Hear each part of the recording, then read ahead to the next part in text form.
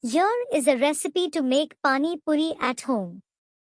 Ingredients: 1 cup semolina, suji, a quarter cup all-purpose flour, maida, half a teaspoon salt, oil for frying.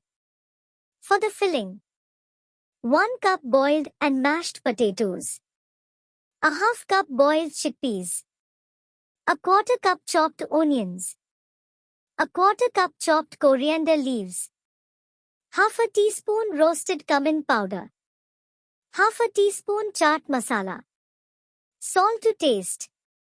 For the pani: 1 cup chopped mint leaves, 1 cup chopped coriander leaves, 2 to 3 green chilies, a half-inch piece of ginger, half a teaspoon roasted cumin powder, half a teaspoon chaat masala, half a teaspoon black salt, 1 teaspoon tamarind paste, 2 cups water.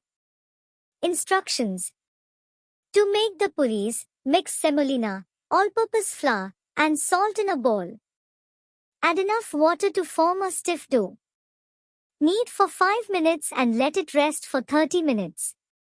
Divide the dough into small balls and roll each ball into a thin disc.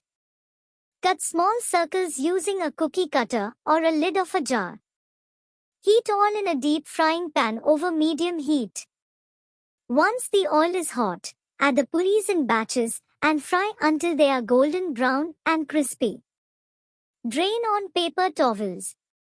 To make the filling, mix all the ingredients in a bowl and mash them together. To make the pani, blend mint leaves, coriander leaves, green chilies, ginger, roasted cumin powder, chaat masala, black salt, tamarind paste, and water in a blender until smooth. To serve, poke a small hole in the center of the puri and fill it with the filling. Dip the filled puri in the pani and enjoy immediately. Note: you can also serve the pani and filling separately and let the guests assemble the puris themselves.